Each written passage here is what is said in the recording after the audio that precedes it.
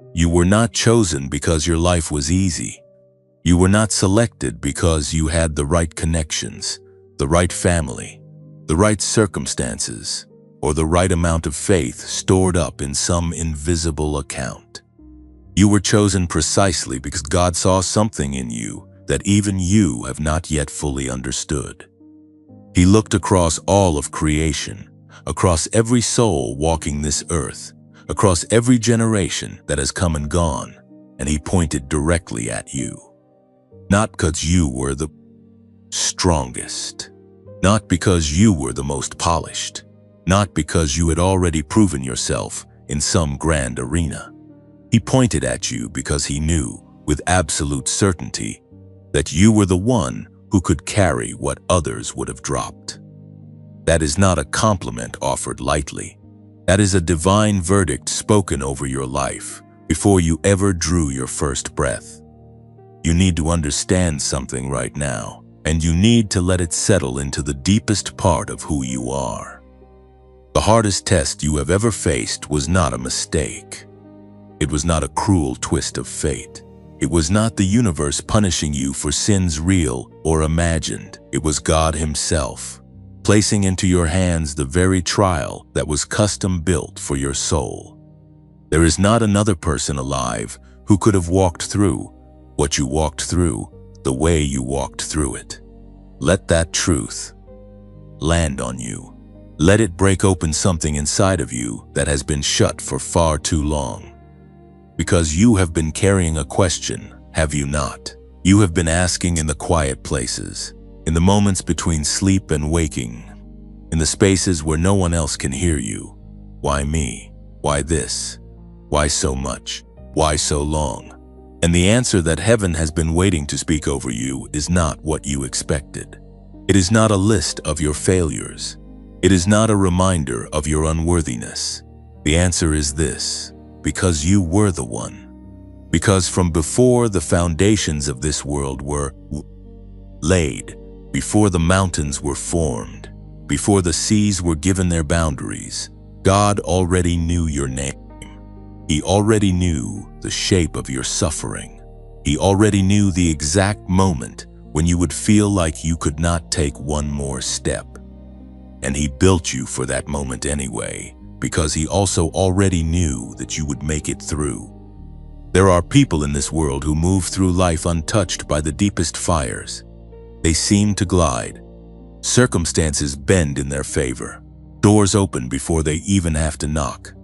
And for a long time, watching those people from the inside of your own furnace, you may have wondered if God loved them more. If He had forgotten your address.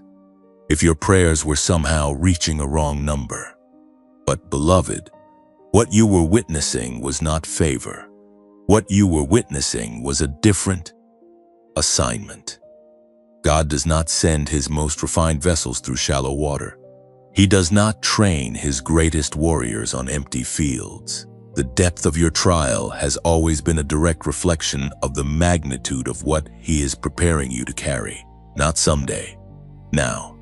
In this season, in this moment that you are standing in right now, you have to see yourself the way heaven sees you, not as a casualty, not as someone who barely survived, not as a broken thing that God is still trying to figure out how to fix.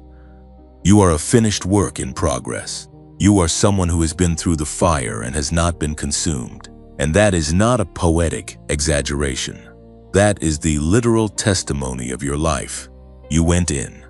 The flames rose. The heat became unbearable, and you are still here.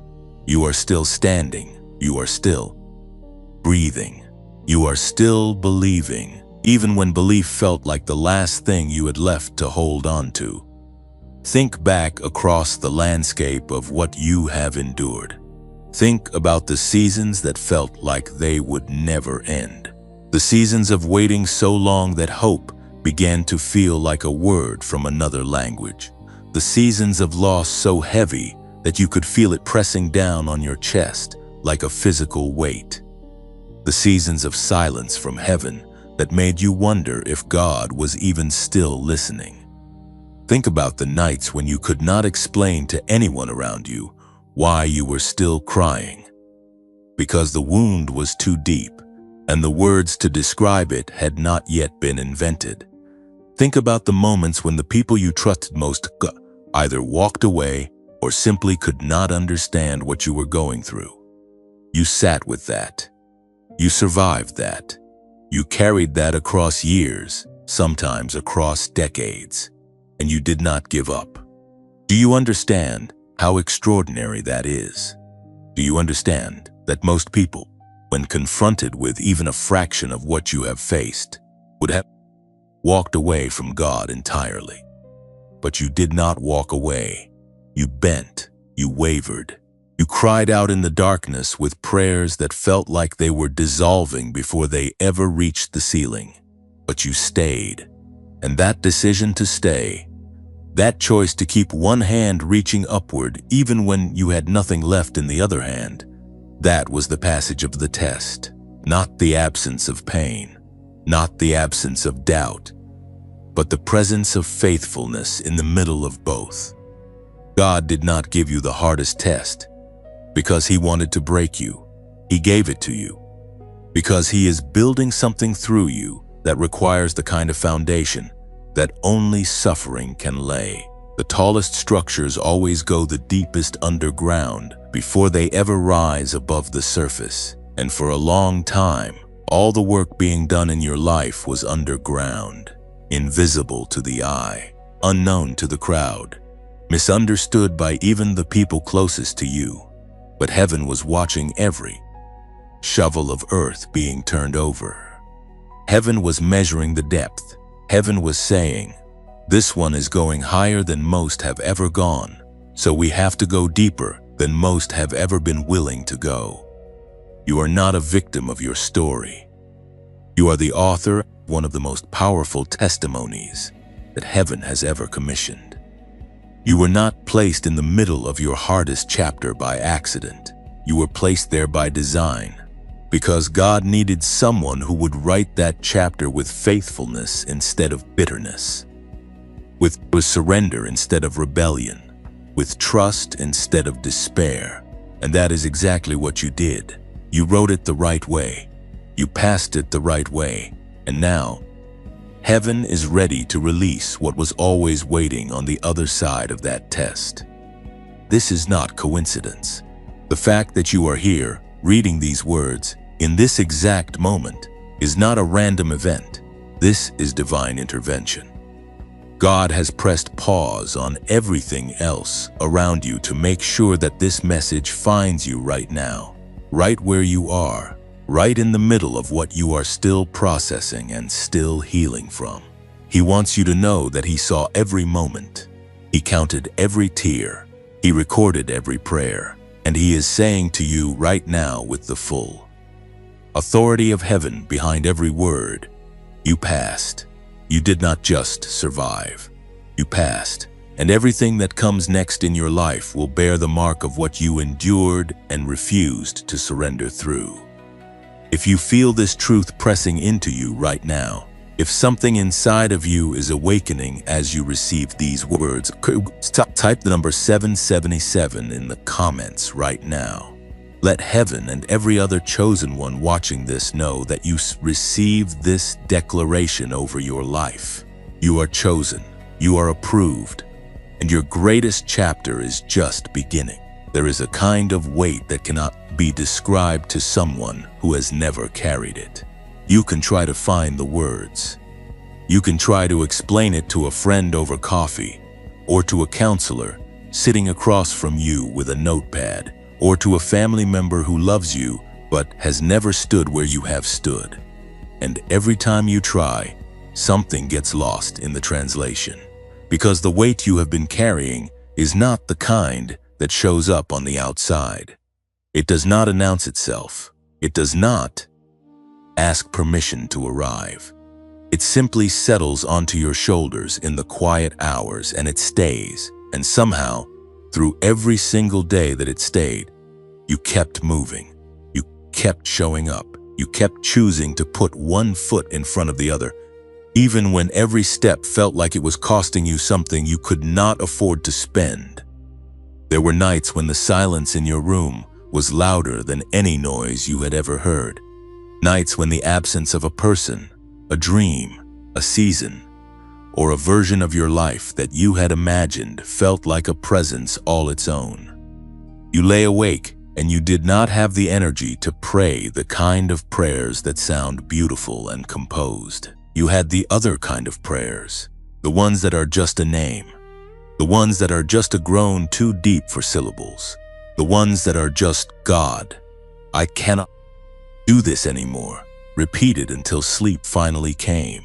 And what you need to know is that those prayers, the broken ones, the ones with no eloquence and no structure and no theology dressed up in the right language, those are the prayers that moved heaven the most, because they were completely honest, because they came from a place of total surrender. And God has always been drawn to the surrendered heart far more than the polished performance. You have been misunderstood. That is one of the quiet wounds that does not get spoken about enough.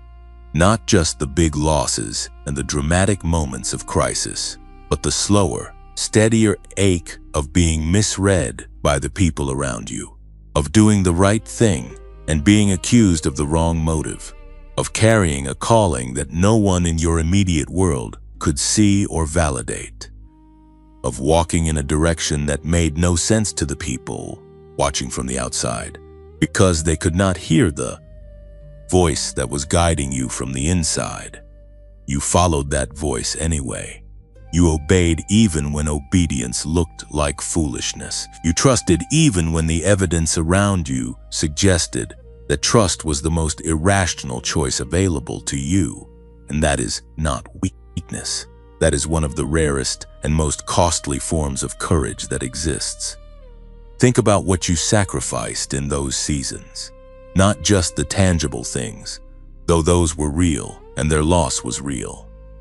Think about the version of yourself that you had to grieve along the way, the plans you had to release, the timelines you had to surrender, the image you had carried of how your life was supposed to look by now, and the moment you realized that image was not going to survive the process God had you in. That grief is legitimate. That loss is real. And you did not have to pretend it was not painful in order to still be faithful. You were allowed to mourn and still trust. You were allowed to hurt and still believe. You were allowed to say, "This is hard," without that confession meaning you were giving up. And somehow, in the middle of all of that complexity, you held both the grief and the faith in the same two hands at the same time. That is not something every person is capable of. There were people who looked at your life from the outside and drew their conclusions quickly. They saw your struggle and decided it meant something about your character or your choices or your relationship with God. They offered you their theology in the form of judgment, dressed up as concern. They implied, sometimes directly and sometimes through their silence, that if you were really right with God, things would look different by now. And you had to carry their misreading of you on top of everything else you were already carrying. You had to find a way to filter their words through the truth of what God had spoken privately to your heart, and not let their interpretation become your identity. That is an invisible labor. It costs something real, and you did it. You have also carried the weight of hope deferred. That particular weight is one of the heaviest there is, because it does not have the sharp, clean edge of sudden loss. It is slow. It accumulates. It is the weight of believing for something month after month, year after year, and watching the thing you are believing for remain just out of reach. The weight of getting close and then seeing it pulled back. The weight of preparing for a door to open and then standing in front of that door in silence, with your hand still outstretched, wondering if you heard wrong. Proverbs says that hope deferred makes the heart sick, and that is not a metaphor. You know the physical sensation of that sickness. The way it settles in your chest, the way it changes the flavor of ordinary days. And yet you kept hoping. You did not let go of what God placed inside of you, even when holding it made you ache. Every tear you shed in secret was seen. Every moment of quiet faithfulness that no camera captured, that no audience witnessed, that no one applauded, was recorded in heaven. The times you chose forgiveness when bitterness would have been so much easier. The times you showed up to serve others even when your own cup felt completely empty.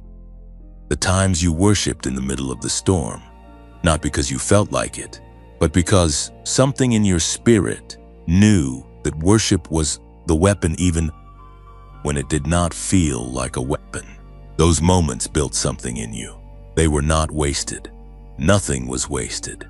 Not one single hard day. Not one single silent night.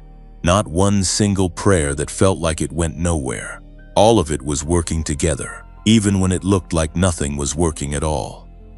And because this message is finding you in the middle of your real life, with real needs and a real story that is still being written, we want to pause for a moment and speak to something practical. This channel exists because of a calling to reach the hearts of people exactly like you. People who are carrying things that no one else can see. People who need to be reminded that they are not forgotten and they are not alone. If these words have brought even a measure of strength or comfort or clarity to your spirit, and if you feel led to help this ministry continue reaching others who need to hear this truth, there is a support link available in the description below. Everything there is completely voluntary. There is no obligation and no pressure. And whether or not you are in a position to give, please know that we are genuinely grateful that you are here, that you are listening, that you chose to spend this time in this space. That means more than words can express. And if this message is speaking to someone you love, someone you know, who is in the middle of their hardest season right now, would you share it with them today? A single share could be the thing that reminds them that God has not forgotten them. Take a moment to like this video so that more people who need this word can find it. And if you are not yet part of this community, subscribe so that you never miss a message that may have been made specifically for a moment you are about to walk into. You are not alone in what you have carried. And what you carried faithfully. That faithfulness is about to mean everything. There is something that God does for the people He trusts the most, and it is something that looks, from the outside, like abandonment. It looks like silence. It looks like doors closing without explanation. It looks like a path that was clear yesterday becoming overgrown and unrecognizable today. It looks like the very promises He spoke over your life somehow receding into the distance the harder you run toward them. And if you have experienced that particular kind of confusion, that particular kind of spiritual disorientation, where you are doing everything right and yet everything seems to be going wrong, then you need to understand what was actually happening beneath the surface of what you were seeing. God was not retreating. God was constructing, and the construction He was doing required a very specific kind of environment, one that could only be created through the precise application of pressure, time, and silence working together in a combination that was engineered exclusively for you. The test you walked through was not pulled from a general inventory of trials that God distributes randomly to whoever happens to be available. It was not a template. It was not a recycled version of what someone else went through that was simply reassigned to your name. What you faced was drafted in the courts of heaven with your specific soul in mind. Every dimension of it, the duration, the intensity, the particular people involved, the specific dreams that were placed on hold, the exact combination of loss and longing and waiting that you experienced, all of it was calibrated to you.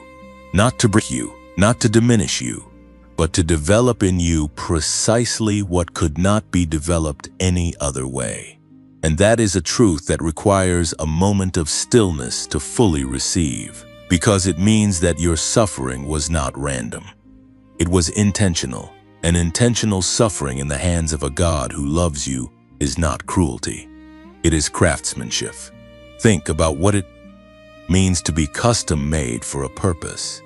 When something is being built to carry an enormous weight, the materials used cannot be ordinary. They have to be tested beyond the expected limits. They have to be subjected to conditions that expose every weakness, every hidden fault line, every place where they might fail under pressure. This is not done to destroy the material. It is done to ensure that when the weight it was designed to carry is finally placed upon it, there will be no catastrophic failure. There will be no collapse at the worst possible moment. The testing is the guarantee of the carrying capacity, and you, beloved, were being tested to a level that corresponds directly to what you are about to be asked to carry in the next chapter of your life. The depth of the trial behind you is the measurement of the weight of glory that is being prepared to rest upon you. There is a passage in the book of Isaiah where God speaks to his people and says that he has chosen them in the furnace of affliction.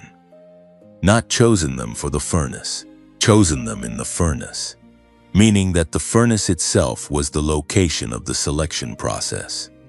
The fire was not where you went after God chose you. The fire was where God was doing the choosing.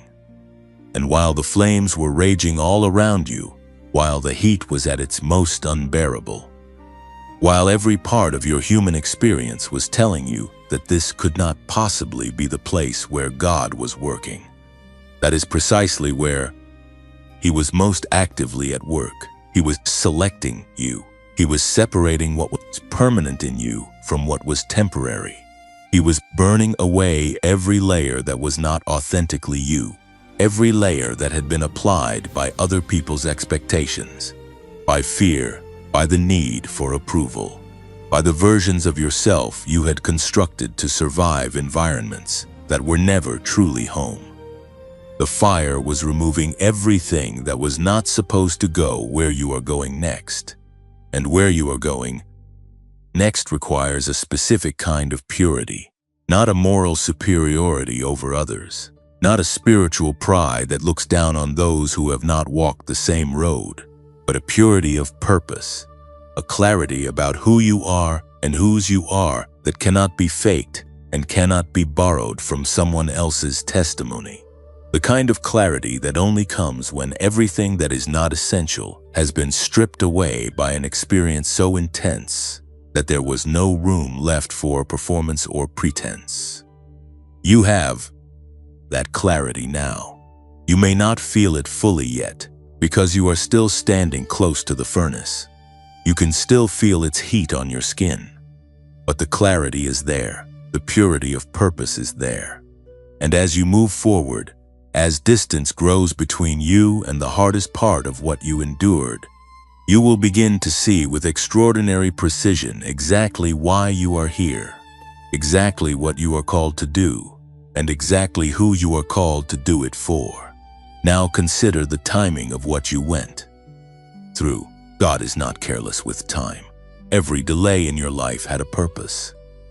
Every season that seemed to stretch beyond what was reasonable had a reason embedded within it that your natural mind could not have decoded in the moment. The waiting was not filler. The waiting was formation. And formation cannot be rushed without producing something fragile. When a craftsman tries to rush the process of strengthening something, what he gets is a thing that looks finished on the outside but will fail under real-world conditions. God refused to rush your formation, not because he did not care about your comfort, but because he cared far too deeply about your completion. He was not willing to release you into your purpose before your purpose had been fully built into you. And so he held the timeline. He stretched the season. He extended the waiting, past the point where it felt reasonable, past the point where it felt kind, past every point where you thought, surely this is enough. He held it because he could see what you could not see. He could see what was still being formed. He could see the layer that was almost ready, but not quite. He could see the strength that needed 2 more months or 2 more years to set properly. And he waited with you, even when his waiting felt to you like absence. There is also something that needs to be said about the specific people who were part of your test. Not the ones who supported you, but the ones who did not. The ones who misunderstood you. The ones who withdrew their support at the moment you needed it most. The ones who chose sides and did not choose yours. The ones who spoke words over you that were not true, but that you still had to carry the weight of. Those people were not outside the design of your test. They were inside it. Not because God was using them to punish you, but because God knew that what He was building in you required the experience of being unsupported by the very people who should have been your support. He needed you to discover whether your foundation was built on the approval of people or on the approval of heaven. He needed to know, and more importantly, He needed you to know where your stability was actually rooted. And the withdrawal of human support was the test of that root system. The storm came, the wind blew, the voices around you went quiet or turned against you, and you held. You did not uproot. You did not relocate your foundation to somewhere more comfortable. You held in the place God had planted you, even when that place felt exposed and terrifying and completely without cover. That is the passing of the test. Not the absence of fear in the storm, but the presence of faithfulness despite the fear. Not the absence of questions, but the choice to keep trusting even while the questions remained unanswered. Not the absence of pain, but the refusal to let pain have the final word over your identity or your future. You passed because you stayed. You passed because you refused to define God by your worst season. You passed because somewhere in the middle of the silence and the confusion and the weight that no one else could see, you made a decision that no external circumstance was going to be allowed to become more authoritative in your life than the word God had spoken over you. And that decision, that small, quiet, fiercely determined decision made in the dark when no one was watching, is the reason that everything is about to change for you. Not because you earned it through suffering, not because your pain created some kind of cosmic debt that heaven now has to repay, but because the test was designed to bring you to a place of readiness. And you are there now.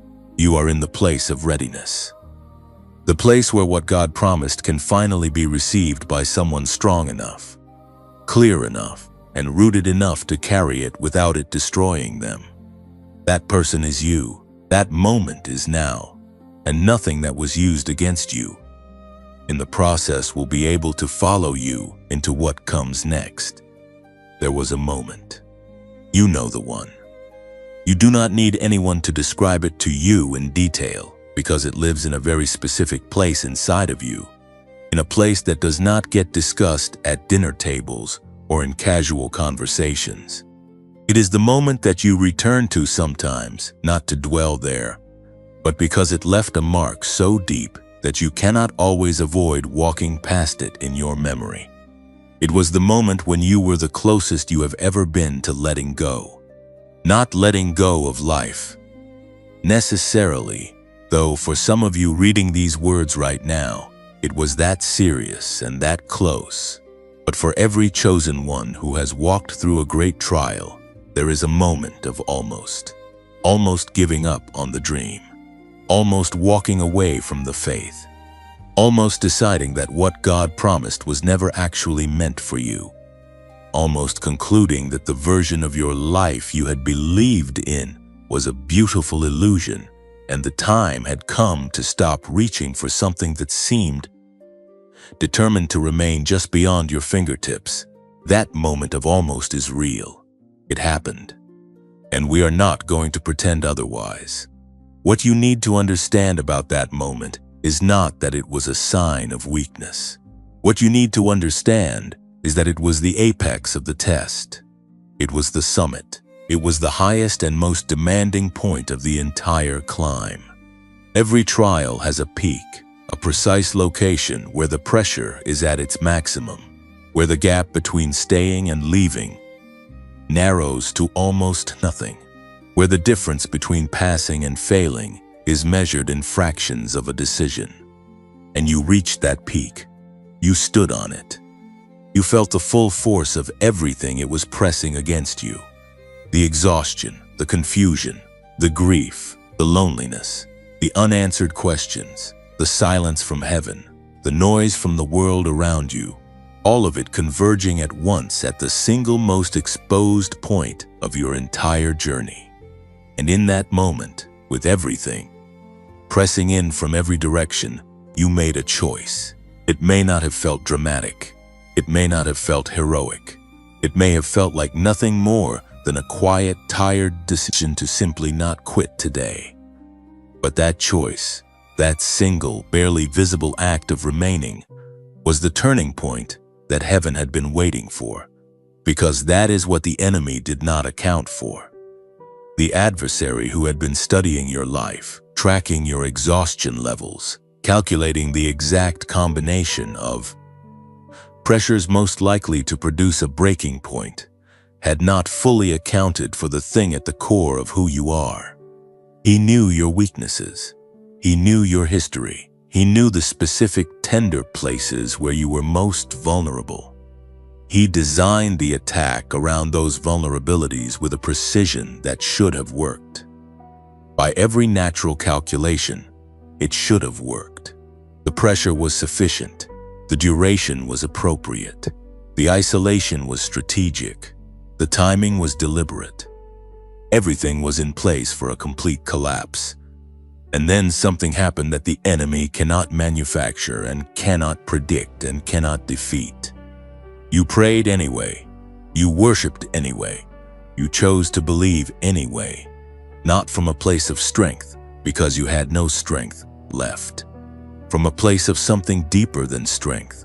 From a place of covenant. From a place where even your barely functioning faith was still connected to a God whose faithfulness does not depend on the quality of your grip, but on the unbreakable nature of his own hand.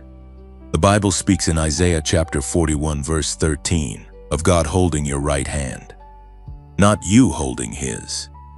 Not a partnership of equals where the connection depends on both parties maintaining their grip. God is the one doing the holding, and in that moment, when your hands were shaking and your faith was flickering, and everything inside of you was faltering, the hand that was wrapped around yours did not loosen. Heaven did not pull back in disappointment because your grip was weak. Heaven held tighter, not because you deserved it in that moment, not because your performance had earned a renewal of support, but because God had made a commitment to you that preceded the trial and would outlast it. He was not holding you because of what you were doing in that moment. He was holding you because of who he is, always and without exception. Think about the invisible architecture of that moment. While you were experiencing it from the inside as pure darkness and disorientation, something very different was happening in the realm that your physical eyes could not access. Angels were stationed. Prayers that had been prayed over your life years before, by people you may never have met, by a grandmother who has already gone to be with the Lord, by a stranger who felt led to pray for someone specific without knowing your name. Those prayers were active in that moment. They were not expired. They were not archived. They were operational. They were surrounding the very moment when you felt most alone, creating a kind of spiritual infrastructure around your breaking point that held the situation together even when you could not feel it holding. You were never as alone in that moment as you felt. The feeling of abandonment was part of the test. The reality was something entirely different. The reality was that heaven was more present, more focused, and more actively engaged in your life at that exact moment than almost any other point in your journey. And you made it through. That is the extraordinary fact that sits at the center of your story right now. You made it through the apex. You made it through the moment of almost. The breaking point did not break you. The point of maximum pressure did not produce the collapse that everything around you was predicting. You came through, bent, yes, marked by what you experienced, yes, changed in ways that you are still processing and still discovering, yes, but through. You are standing on the other side of the thing that was designed to stop you. And the fact that you are standing there, the fact that you are here right now receiving these words, is one of the most powerful proofs available to you that God was present in every moment that felt most God-forsaken. There is something else about that moment that deserves to be named. When you almost broke but did not, when you stood at the edge and chose to step back, you did not just save yourself. You saved everything that was attached to you. Every person whose life will be changed by your testimony. Every soul that will find its way to freedom because of a word you will speak. From the authority of someone who has been through the fire. Every door that is about to open not just for you but for the people connected to your story. All of that was hanging in the balance at the moment of your almost.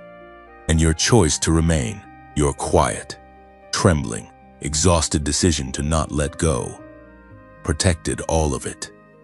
You may have felt in that moment that you were only fighting for yourself, but heaven knew that you were fighting for a multitude. Now, because this space exists to serve people who are walking through exactly what you have walked through, and because the work of reaching those people requires real and ongoing resources, we want to speak to something from the heart for just a moment. This ministry is built on one conviction, that no chosen one should have to walk through their hardest season without a voice reminding them of who they are and whose they are. Every video, every word of this script, every hour of work that goes into creating this content is offered as an act of service to people like you. If what you have received through this channel has brought you strength, has spoken to a moment in your life when you needed to hear that you were not forgotten, and if you feel in your heart a desire to help this work continue reaching others, there is a link in the description below where you can offer your support. It is completely voluntary. There is no amount too small and no expectation attached to your decision either way. We mean that sincerely. Some of you are in your own season of need right now, and the last thing this channel would ever want is for you to give from a place of lack. What matters most to us is that you are here, that you are listening, that you are receiving what was prepared for you today. Your presence in this community is itself a gift, and we do not take it lightly. For those who do feel led to give, know that your generosity becomes part of the armor for the next chosen one who is sitting in their darkest moment, wondering if anyone can see them. Your support helps make sure that the answer they find is yes. Someone sees, someone speaks, someone reminds them that they were not forgotten, and their test was not the end of their story. You came through the moment of almost, and that changes everything about what comes next. Before you ever knew you were being watched, something in the unseen realm already recognized what you carried. Long before you had a language for your calling, long before you understood the weight of what God had placed inside of you, long before you could articulate the sense that you were different, that you were made for something beyond what the ordinary rhythms of life could contain. There was a darkness that already knew.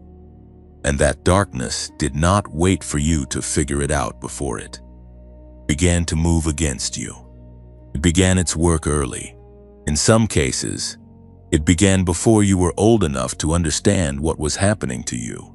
It planted seeds of confusion in the soil of your childhood.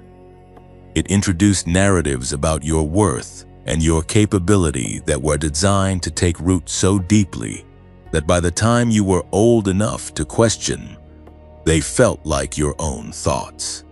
They felt like facts about yourself rather than lies that had been carefully seeded into you by something that understood exactly what it was trying to prevent. This is not a small thing to receive. It requires a moment of genuine reckoning, because what it means is that the attacks on your life were never random. They were never just bad luck or difficult circumstances or the unfortunate collisions of an indifferent universe. They were targeted. They were specific. They came with a knowledge of what you were carrying that in many ways exceeded your own knowledge of it. The enemy is not omniscient. He does not have access to the full counsel of God. He cannot read the mind of heaven or know with certainty every detail of what God has planned. But he is old. He is experienced. He has watched human beings for long enough to recognize the markers of a life that is marked for significance.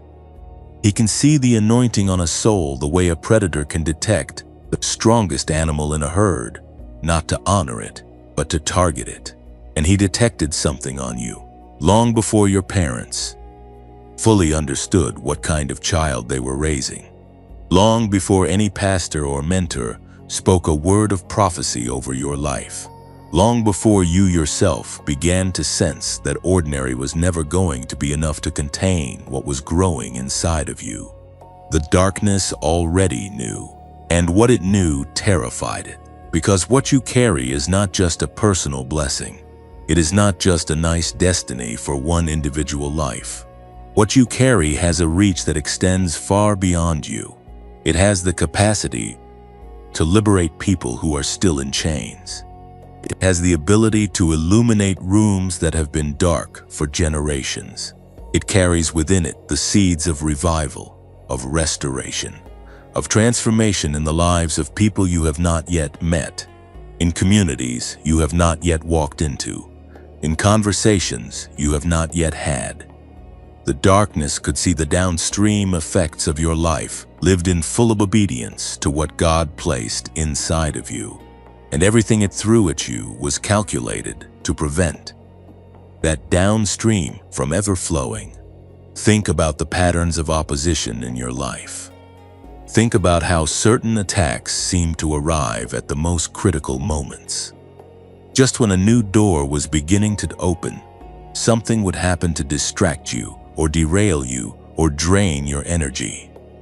Just when your faith was reaching a new level of depth and clarity, a wave of confusion or discouragement would roll in.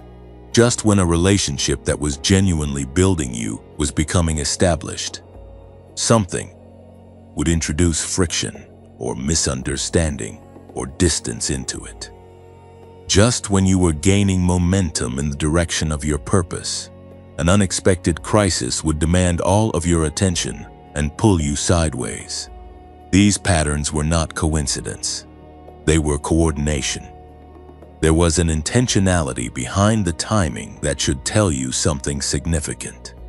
The opposition you faced was not responding to who you were in those moments. It was responding to who you were becoming.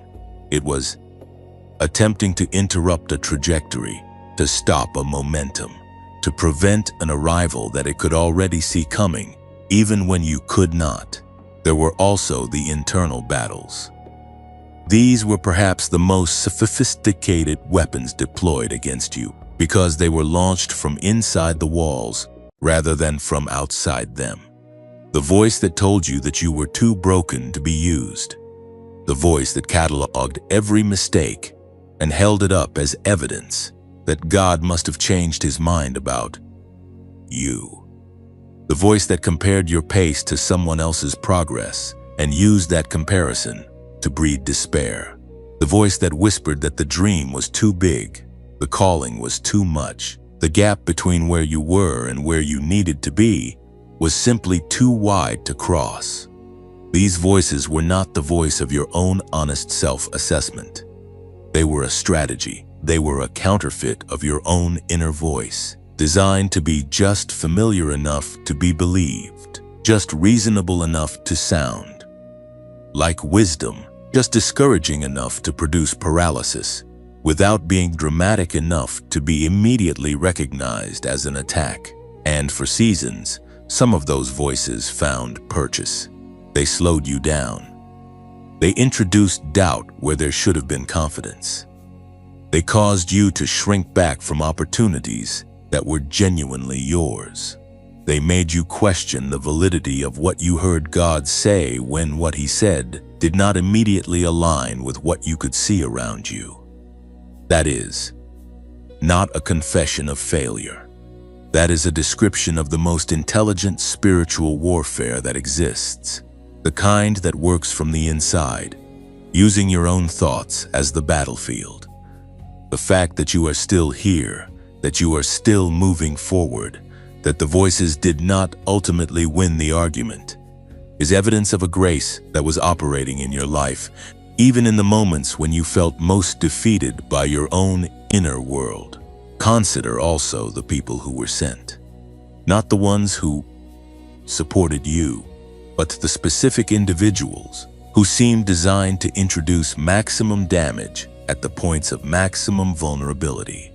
The ones who arrived at moments when you were already tired and offered themselves as shelter, only to become another source of storm. The relationships that began with the language of connection and ended with the experience of betrayal. The trusted voices that spoke doubt into your most sacred spaces. The friendships that extracted your energy and your secrets and your trust and then withdrew, leaving you more isolated than you were before they arrived. These were not simply poor choices on your part or unfortunate relational accidents. In many cases, they were assignments. Assignments against your peace, against your confidence, against the specific areas of your life where your destiny was most concentrated. But here is what the darkness fundamentally miscalculated in every single one of those strategies. It knew what you carried. It did not know what you were made of.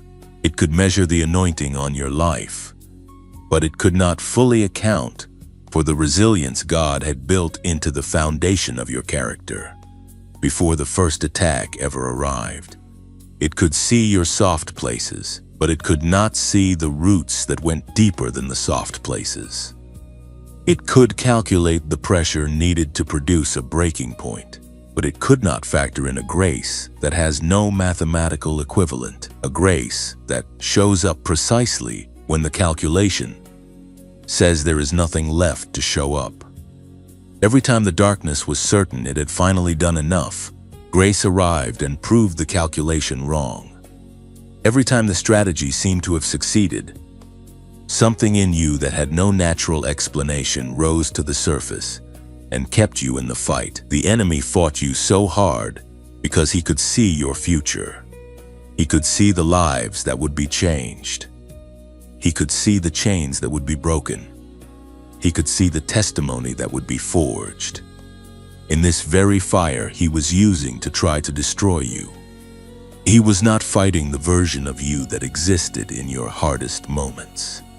He was fighting the version of you that is coming, the version that is emerging right now from everything you have survived, the version that carries the authority of someone who has been through the battle and has not been conquered. He saw that version clearly, and everything he did was an attempt to make sure that version never arrived. It arrived anyway. Arrived anyway. Every weapon fashioned against you was real. Every attack was genuine. Every wound left its mark, and yet here you stand, not despite the warfare, through it, with the scars that tell the story of a battle that was never ultimately about you alone. but about the multitude that was waiting on the other side of your victory. The darkness fought to keep those people in their chains by keeping you from your calling, but it failed, and its failure is your freedom. And your freedom is the beginning of theirs. There is a way to pass a test that looks like winning, but is actually a different kind of losing. You can push through with clenched fists and grit teeth and a heart full of bitterness, crossing the finish line with your prize in one hand and your resentment.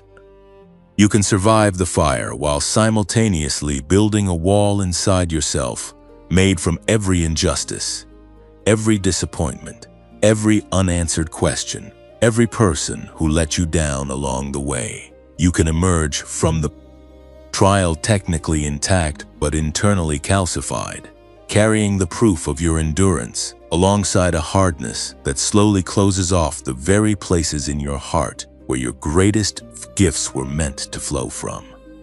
That is one way to pass, and it is far more common than most people are willing to admit, because it is the natural human response to prolonged suffering. It is what happens when survival becomes the goal instead of transformation.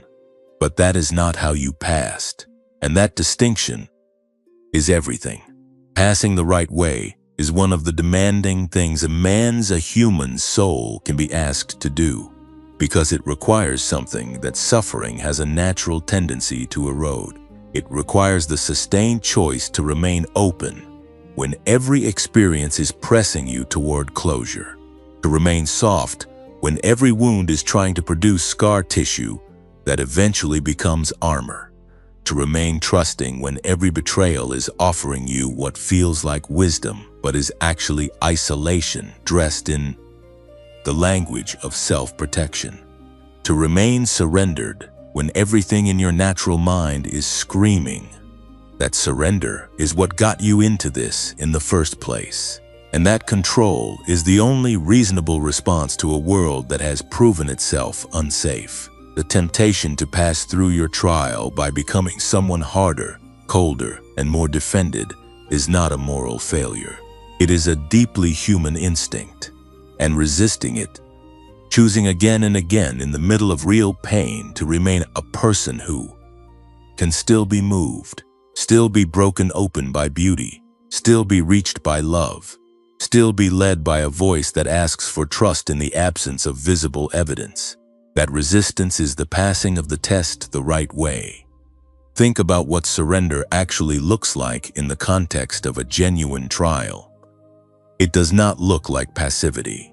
It does not look like lying down and allowing anything and everything to happen to you without response. Surrender in the hands of a chosen one is an active, costly, daily decision.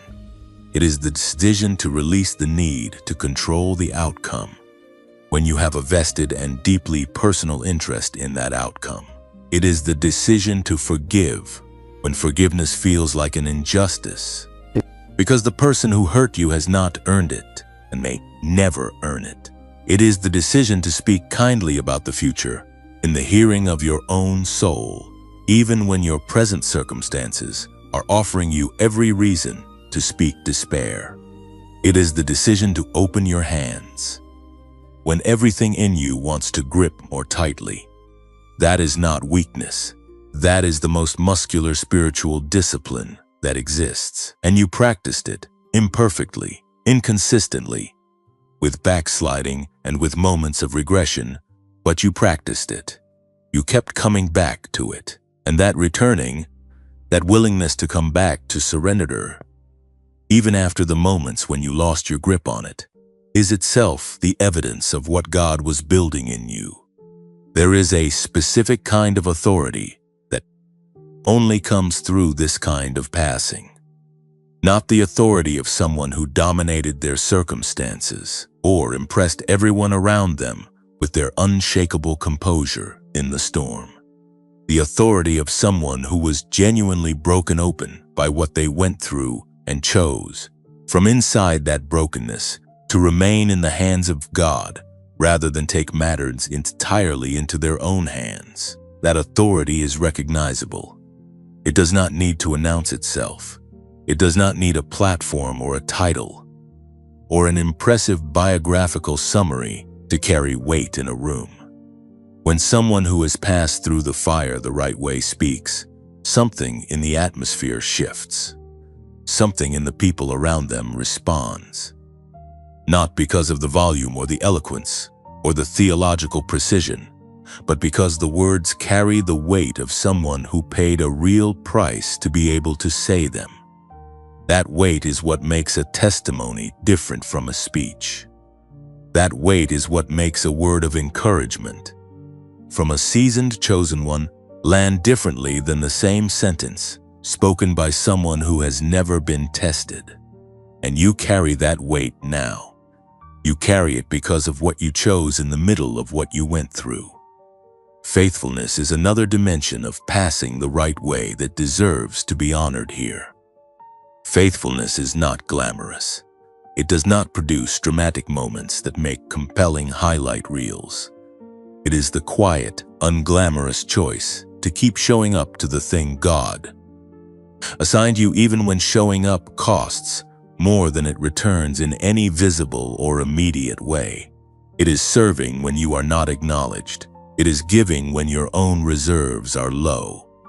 It is praying for others when your own prayers feel unanswered. It is speaking life when you are struggling to find enough of it for yourself. Faithfulness is the long obedience in the same direction, even when the direction feels like it is leading somewhere you cannot yet see. And you were faithful, not perfectly, but genuinely. You kept showing up to the assignment even when the assignment was hard and lonely and seemingly fruitless. And that faithfulness is a seed that has been in the ground this entire time, accumulating a harvest that is now ready to break the surface. Integrity is the third pillar of what it means to pass the right way. Integrity in the fire means refusing to become someone different in private than you are in public. It means holding on to your values when compromising them would have made the trial shorter or the pain more manageable. It means telling the truth about your struggle without using your struggle as justification for choices that would have taken you off course. It means staying aligned with what you know to be right, even when the people watching you would never have known the difference if you had chosen otherwise. Because here is what integrity in the fire ultimately comes down to. It is not about what other people see. It is about what you are, building in the unseen. Every choice you made in the middle of your trial that aligned with the character of God rather than the pain of the moment added a brick to something that no external force can demolish. You were building in the invisible, and what is built in the invisible is always more durable than what is constructed for the applause of an audience. Now, before we continue into what these three dimensions of passing the right way have actually produced in your life, we want to take a brief moment to speak from the heart about this community and what it means to us. Every word in these messages is written with a genuine desire to reach the people who are in the middle of their fire and need to be reminded that they are not alone and that what they are going through is not the end of their story. This takes time, prayer, and consistent labor. If this channel has been a source of strength for you, if these messages have met you in moments when you genuinely needed to hear that God had not forgotten you, and if you feel a desire to help this ministry continue reaching others who are in that same place, there is a support link in the description below. Everything offered there is entirely voluntary and comes with absolutely no obligation. We mean that from the deepest place of sincerity.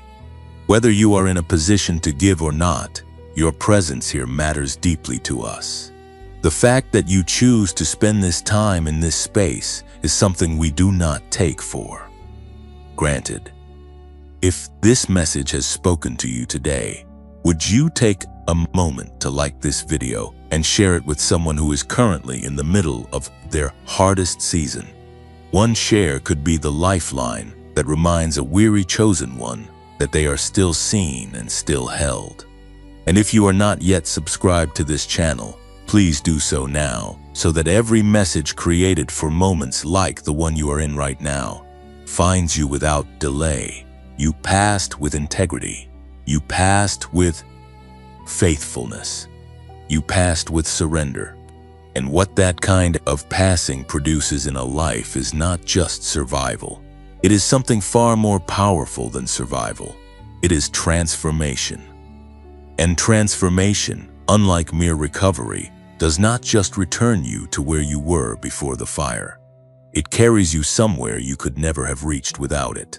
There is a lie that suffering tells while it is happening, and it is one of the most convincing lies available because it draws its power from the physical reality of what you are experiencing in the moment. The lie says that this pain is only loss, that what is being taken from you, the time, the energy, the relationships, the opportunities, the seasons of your life that passed while you were in the middle of the trial, represents a pure subtraction from the total of what your life could have been.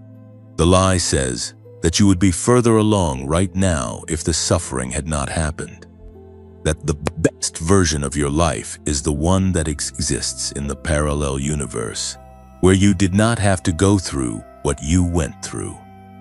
And because the lie is wrapped in something that feels like logical reasoning, because it seems to simply be doing honest arithmetic with the facts of your experience, it is incredibly difficult to recognize it as a lie at all. It feels like clear-eyed realism. It feels like you are just being honest with yourself about what the suffering cost you. But here is what that arithmetic is missing. It is calculating only what was taken and refusing to account for what was deposited. And what was deposited in you through every layer of what you endured is not a small thing that barely balances the equation. It is a staggering accumulation of capacity, authority, wisdom, compassion, depth, and anointing that could not have been transferred to you through any other means. God does not waste the suffering of His chosen ones. He does not allow a single moment of genuine pain to pass through the life of someone who is walking with Him without extracting from that pain something that becomes permanently useful. Every valley you walked through left something in you. Every furnace you came out of deposited something on you. Every wilderness season developed something within you that the mountaintop could never have grown. And the sum total of all those deposits is what you are carrying right now into the next chapter of your life. Consider first what suffering deposits in the area of compassion. There is a fundamental difference between sympathy and the kind of compassion that actually reaches people in their darkest moments. Sympathy can be offered by someone who has read about suffering, who understands it intellectually, who genuinely wishes it were not happening to the person in front of them. But the compassion that breaks through the walls that people erect around their deepest pain, the compassion that makes a broken person feel genuinely seen and not just acknowledged, that comes from a different place entirely. It comes from personal geography. It comes from having been in a similar darkness and knowing from the inside what it feels like, what it smells like, what thoughts it produces, what fears it amplifies, what specific lies it whispers in the silence of 3 in the morning. You now carry that kind of compassion, not as a theory, as a lived reality. And when you bring that compassion in contact with someone who is in the middle of their own fire, something happens that no amount of training or education or good intention can replicate. They feel met. They feel found.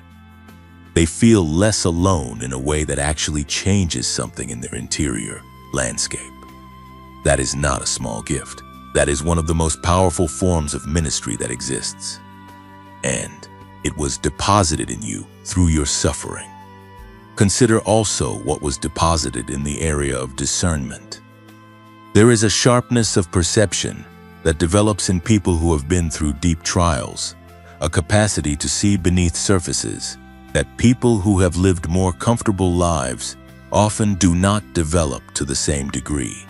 You have been in places where things were not what they appeared to be on the outside.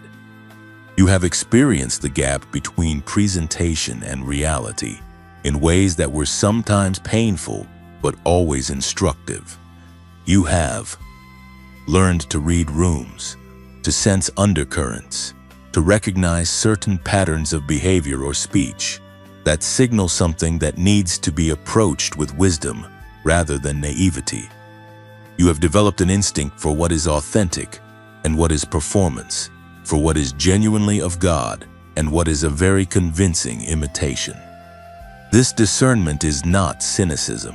It is not a jadedness that prevents you from trusting or hoping. It is a refined instrument of perception that will protect you and the people connected to you in the seasons ahead. It was forged in the fire of experiences that at the time felt like pure damage, but nothing about it is damage now. It is one of your sharpest tools. Then there is the authority that was deposited. This is perhaps the most significant and the least often discussed of all the things that suffering transfers to a chosen one who walks through it with faithfulness. Authority in the spiritual sense is not granted by a title or a position or a vote or an institutional endorsement. It is not conferred by how many people follow you or how impressive your background sounds when it is summarized. Spiritual authority is established through the testing and proving of a life. It is the weight that a word carries when it comes from someone who has stood where they are asking others to stand. It is the difference between a general who leads from a comfortable distance and a soldier who fought in the same trenches. He is now asking people to enter. You have been in the trenches. You did not observe the battle from a safe vantage point. You were in it, and the authority that experience produces in your voice, in your presence, in your prayers, in your declarations is something that the enemy has to reckon with in a way that he did not before the trial. Before the trial, you carried potential. After the trial, you carry proven authority. And proven authority moves things that potential cannot touch. There is also something that was deposited in the area of your capacity for joy. This sounds counterintuitive because suffering is so often associated with the erosion of joy rather than its deepening. But there is a joy that only becomes accessible after you have been through a place where you had nothing.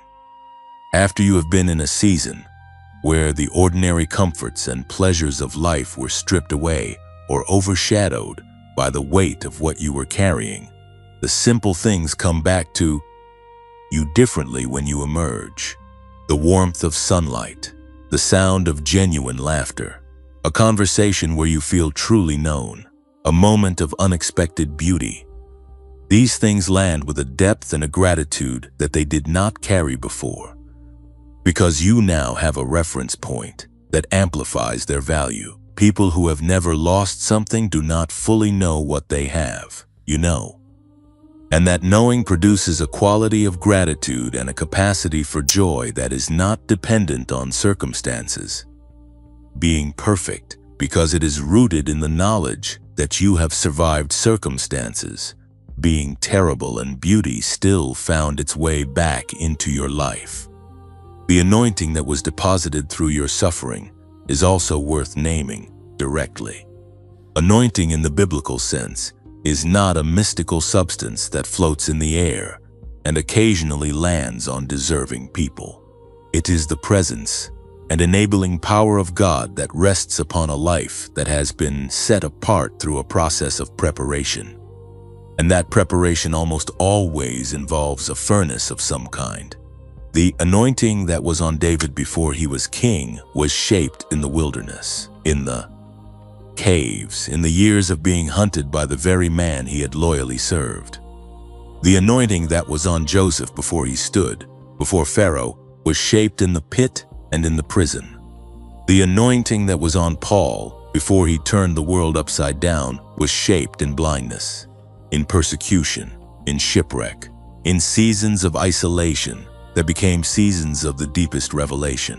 Every vessel that has ever carried a heavy anointing was first subjected to a heavy process, and your process, the one you thought was destroying you, was actually the precise preparation required for the weight of anointing that God intends to rest upon your life in the season you are now entering. Every layer of pain was simultaneously a layer of preparation. Every sleepless night was a classroom. Every season of waiting was a workshop. Every moment of breaking was a moment of building, just building in directions and dimensions that your natural eyes could not detect while it was happening. You did not lose those years. You were not robbed of that time. You were in formation during every moment of it. And the person who is emerging from that formation is carrying something that the world around you has been waiting for, whether the world knows it yet or not. You were never doing this alone.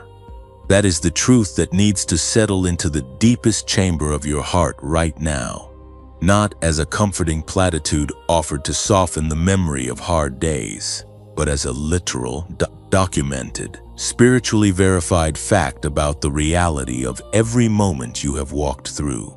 Every season that felt like solitary confinement was populated by a presence you could not see, but that was more real than anything visible around you.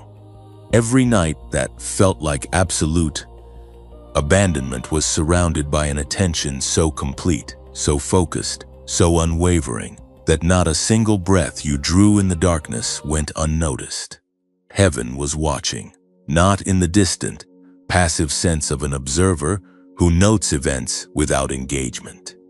Heaven was watching the way a parent watches a child taking their first steps, close enough to catch, fully present, completely invested in every movement, every wobble, every moment of almost falling, and every moment of recovering balance.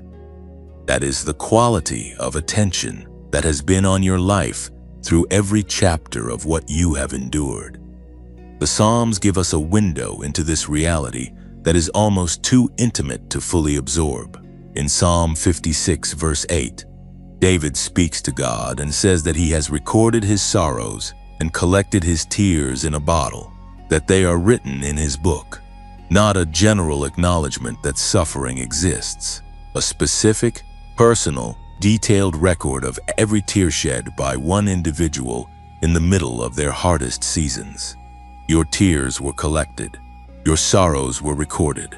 Not one moment of genuine grief in your life was allowed to simply evaporate into the air unacknowledged. Every one of them was caught. Every one of them was counted. Every one of them was written into a record that exists in a place that cannot be destroyed or revised or accessed by anything that means you harm. Heaven kept a perfect account of everything you went through, and that account is not being kept as evidence against you. It is being kept as the testimony of a faithfulness that will be honored in ways that match the depth of what it cost. Angels were assigned to your life in ways that you will probably not fully understand until eternity opens up to you, and you can see what was happening in the unseen realm alongside what you were experiencing in the visible one. The writer of Hebrews tells us that angels are ministering spirits sent to serve those who will inherit salvation, not just present in the general vicinity of believers, sent, assigned, deployed with specific purpose to specific people in specific moments. There were moments in your journey when you felt a strength arrive that had no natural explanation. Moments when the next step somehow became possible despite there being no logical reason why your depleted reserves should have been sufficient to produce it. Moments when a peace descended that was too complete and too sudden to have been self-generated by a mind that was in the middle of significant distress. Those moments were not coincidences. They were the evidence of an assignment being carried out in the invisible, the evidence of heaven actively intervening in the physical experience of your trial to make sure you had what you needed to keep moving forward. Think also about the prayers that were covering you during your hardest seasons. Prayers you did not know were being prayed. Someone in a prayer meeting felt an unusual burden for a person they could not name, but whose face they somehow saw in their spirit.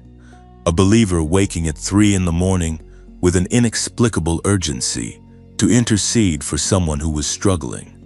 A grandmother in a quiet room with her Bible open and her hands folded, asking God to protect and uphold someone in the family who was going through something difficult. These prayers were not wasted on the air. They were operational forces in your reality. They were spiritual infrastructure being built around your life at the moments when your own prayer felt too weak to reach the ceiling. The prayer of a righteous person is powerful and effective, not because of the eloquence of the words or the volume of the voice, but because of the God to whom it is directed. And prayers prayed over you in faith by people moved by the Spirit to intercede on your behalf were active and effective in ways that shaped the outcome of what you went through, in ways you may never fully trace in this lifetime. God's eyes specifically never left you. In 2 Chronicles chapter 16 verse 9, the scripture declares that the eyes of the Lord range throughout the earth to strengthen those hearts are fully committed to Him. This is not a passive scanning. This is an active searching, a deliberate seeking out of the ones whose hearts are turned toward Him so that strength can be delivered to them. Your heart, even in its most wavering and uncertain moments, remained turned toward God. You did not give your heart to something else. You did not redirect your fundamental allegiance. Even when you were angry, even when you were confused, even when your faith was functioning at the barest minimum possible, the orientation of your heart remained toward the one who made you. And because of that orientation, those eyes found you. They kept finding you. In every dark room, in every desperate moment, in every place where you felt most invisible, those eyes were resting on you with an attention that has not wavered for a single second of your entire life. Every prayer you prayed was heard. Not just the beautiful ones, the ones with structure and scripture woven through them. Not just the ones prayed in community with others bearing witness. The ones that were just a name. The ones that were just a groan. The ones that were angry and confused and full of questions that felt dangerously close to accusations. Those were heard too, and in some ways, those were the prayers that moved the heart of God most deeply, because they came from a place of absolute honesty. God has never been more honored by performance than by authenticity.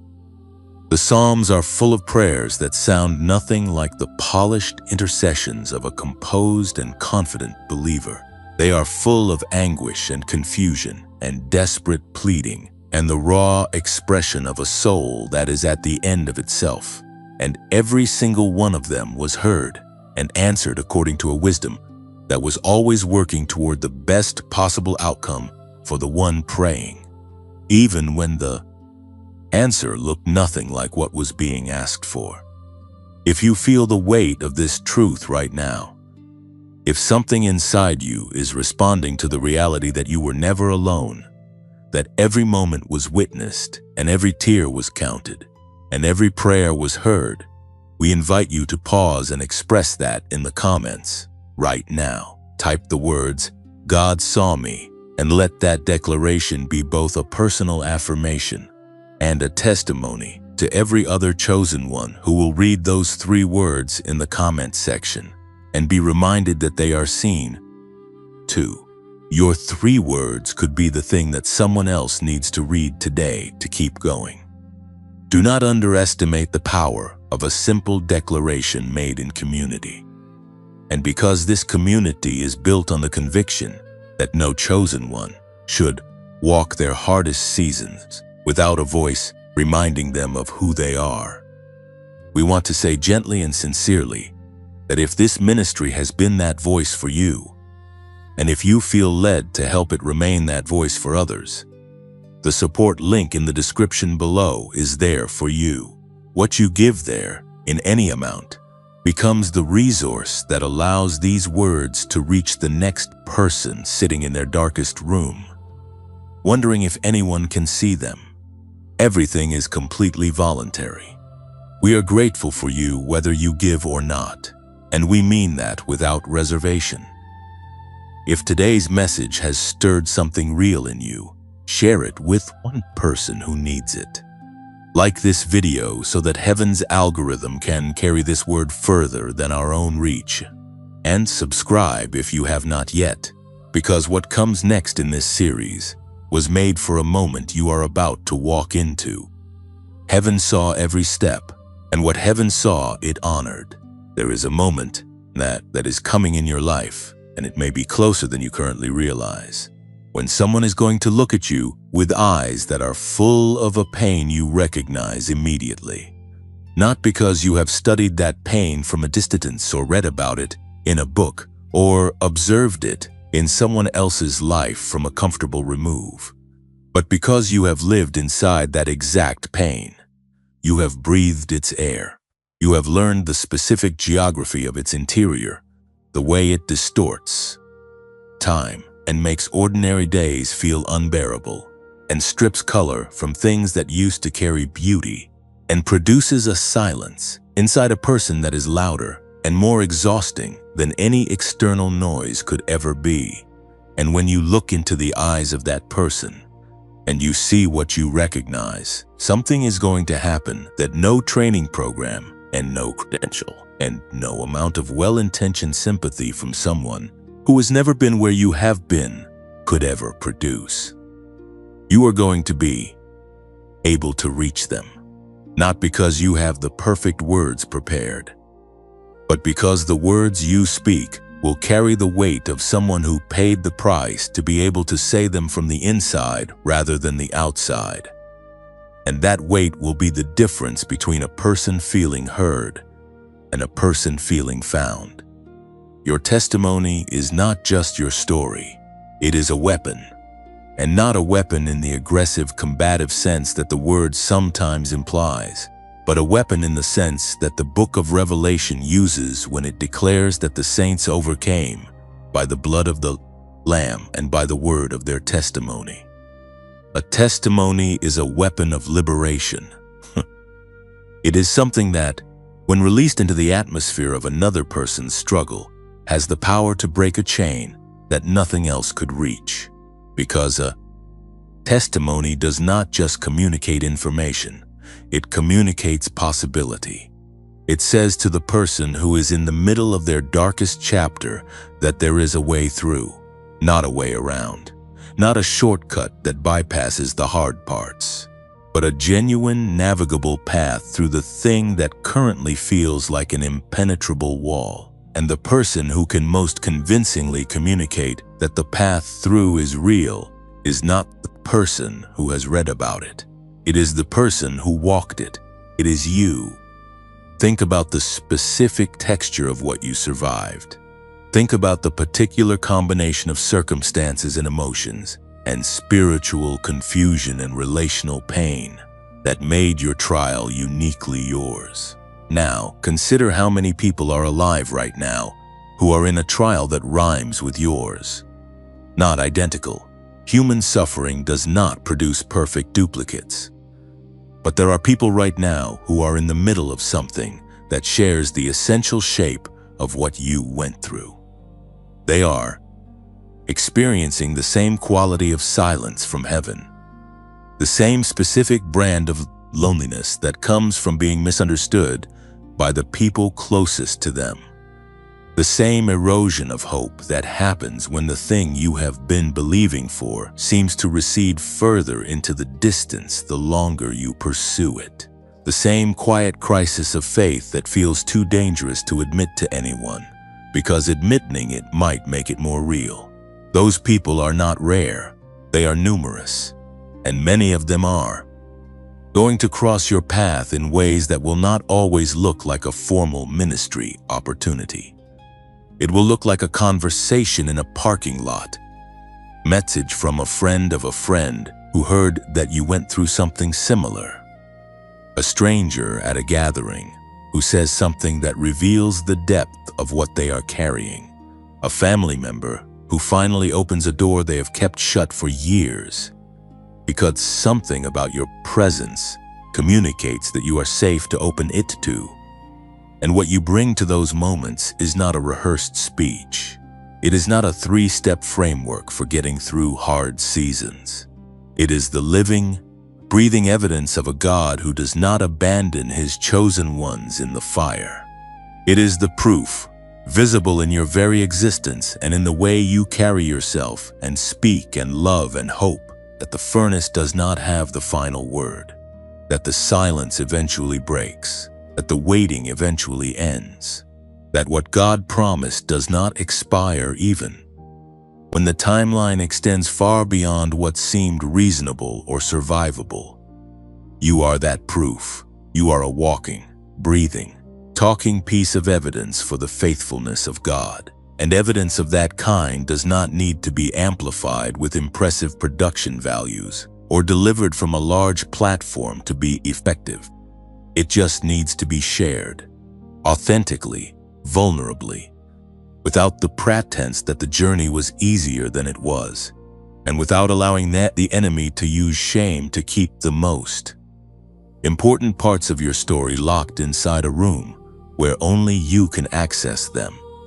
There is something that the enemy fears more than almost anything else in the life of a chosen one who has come through their great trial, and it is this. He fears the moment when you open your mouth and begin to tell what God did. Because your testimony is not just retrospective. It is not just a record of what happened in the past. It is a living document that continues to do damage to the kingdom of darkness every time it is released into a new atmosphere.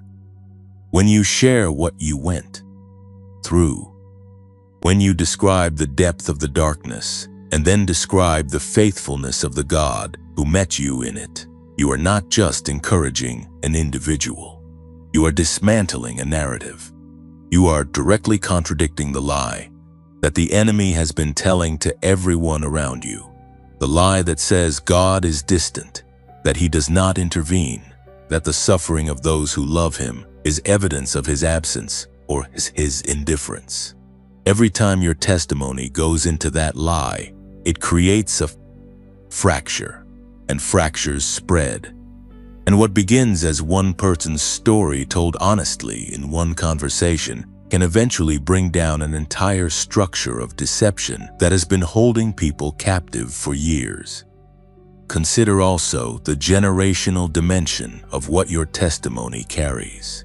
The choices you made in the middle of your trial, the faithfulness, the surrender, the integrity, the decision to pass the right way rather than the bitter way. Those choices did not only shape your own future, they shaped the inheritance of everyone who comes after you. There are children who will grow up in a different atmosphere because of the generational shift that your faithfulness produced. There are descendants, spiritual and biological, who will walk into rooms carrying something that was deposited into the bloodline and the legacy of their family by a chosen one who refused to break, who refused to become hard, who refused to let suffering have the final word over their identity or their relationship with God. You may never fully see the extent of what your faithfulness in the fire passed down to the people who come after you, but it passed. it transferred. It is already working in dimensions and directions that you cannot fully trace from where you are standing right now. The chains that your testimony will shatter are also not limited to the people you will speak to directly.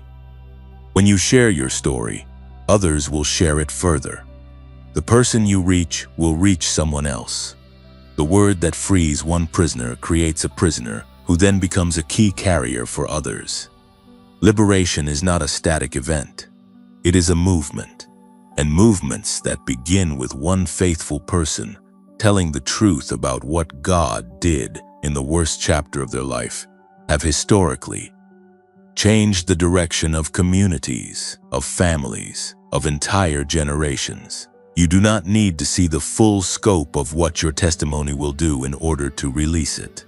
You just need to release it. You just need to stop allowing the enemy to use your sense of unworthiness, or your fear of being misunderstood, or your uncertainty about whether your story is significant enough to be worth telling, to keep the most powerful weapon in your possession locked away in silence. Your story of survival is not just yours to keep. It was never only yours. It was given to you in the form of lived experience so that it could be given through you in the form of living testimony. Every scar has a story. Every scar tells of a wound that was survived, and every wound that was survived in the hands of a faithful God becomes, in the telling, a doorway through which someone else who is still in the middle of their wound can begin to see the possibility of light on the other side. You are that doorway now. You have always been that doorway, and the time for keeping it closed has passed. You are not standing at an ending. That is the first thing that needs to be established with complete clarity as you arrive at this moment in the message, because everything about the way the human mind processes the conclusion of a long and difficult chapter tends to frame it as a finish line, as if the goal was simply to get through, as if survival itself was the destination. And now that you have arrived, the most you can reasonably hope for is a period of recovery before the next difficult season begins. That framing is not just incomplete. It is a fundamental misreading of what God does with the people He takes through the fire. God does not bring His chosen ones through the furnace so that they can rest in the ash on the other side. He brings them through the furnace so that they can walk into the most significant, most fruitful, most purposeful chapter of their entire lives, carrying everything the fire deposited in them, refined and ready and fully equipped for what was, always waiting on the other side of the test. This is your greatest beginning, not a new chapter that looks like the old chapters with slightly better circumstances, a genuinely new era, a season that operates by different rules than the seasons that preceded it, because you are a different person than the person who entered the trial. The faith you are carrying into this new season is not the untested faith of someone who has believed in theory. It is the proven faith of someone who believed through the fire and found God faithful in the middle of it. The authority you are carrying is not borrowed from someone else's testimony. It is forged from your own. The compassion you are carrying is not an intellectual understanding of what people in pain need. It is the lived knowledge of someone who has been in that pain and found their way through it by the grace of a God who never let go. These are not small upgrades. These are fundamental transformations that change the capacity of everything you are about to step into. And what you are about to step into is something that has been in preparation for longer than you know. The doors that are beginning to open in this season were not constructed hastily in response to your recent faithfulness. They were built before the trial began, by a God who already knew you were going to come through. The relationships that are about to enter your life, the connections that carry genuine kingdom purpose, the collaborations that will multiply your impact beyond what you could produce alone. These were not left to chance. They were orchestrated. The timing of them was calibrated to coincide precisely with the emergence of the version of you that the trial was producing. Because God knew that the you who existed before the furnace was not yet ready to steward what He had prepared. And the you who exists now, refined and rooted and carrying the full deposit of everything, the suffering, built, is exactly the person those prepared things have been waiting for. There is a promise in the book of Joel that God will restore the years that the locusts have eaten. This is one of the most radical economic statements in all of Scripture, because it is not simply promising that good things are coming. It is promising that the time itself, the seasons that felt like pure loss, the years that seemed to slip through your fingers without producing what they should have produced, are going to be redeemed, not compensated for, with something new that helps you. Forget what was lost, redeemed, brought back into the calculation with their full value restored. This means that the delay is not a deficit in your story. It means that what felt like wasted time was actually time being held in a kind of divine escrow, accumulating interest in a currency that cannot be counted in ordinary terms, waiting for the moment when the Redeemer of time would release it all at once, into a season of such concentrated fruitfulness that it would make the years of waiting not just bearable in retrospect, but genuinely purposeful. That season is what you are standing at the threshold of right now. Do not let the residue of the trial tell you who you are in this new season. The residue will try. It will whisper in familiar voices using familiar language. It will attempt to carry the conclusions of the old season forward into the new one as if they still apply. It will try to make you small in a season that God has designed for expansion. It will try to make you hesitant in a season that God has designed for bold movement. It will try to make you suspicious of good things arriving, because your nervous system has been calibrated by a long season of difficulty to treat unexpected goodness as either a mistake or a setup for disappointment. Recognize that residue for what it is. It is the echo of a season that has ended. And echoes, however loud they sound in a given moment, do not have the authority of the voice that is currently speaking. The voice that is currently speaking over your life is saying, arise. It is saying, move. It is saying that what you have been waiting for is no longer waiting. It is saying that the time for preparation has completed and the time for release has begun. You are chosen for this exact moment in history, not a moment that has already passed, which you missed while you were in the furnace, not a moment that is still so far in the future that you need another decade of preparation to be ready for it. This moment, the one you are in right now, the cultural moment, the relational moment, the spiritual moment that the world around you is currently living through. This is the moment that your entire preparation was aimed at. The world needs what you carry. It needs the authority of someone who has been through the fire and has not been consumed. It needs the compassion of someone who can sit with people in their darkness without being destabilized by it. It needs the testimony of someone who can say with full conviction that God is faithful, not because they read it in a book, but because they experienced it in the most unfaithful feeling circumstances imaginable. You are that person. This is that moment, and nothing that was used against you in the trial has the power to prevent you from walking fully into what God has prepared. Now, before this message closes, there is something we want to share with you from a place of complete transparency and genuine heart. This channel was demonetized by YouTube, which means that the revenue that platforms typically provide to support content creators is not available to us. But we made a decision that this ministry would continue regardless. Because the people who need these messages cannot wait for the platform's policies to change. Every video we create, every word of every script, every hour of work that goes into making sure that the chosen ones who find this channel receive something that genuinely meets them in their real experience.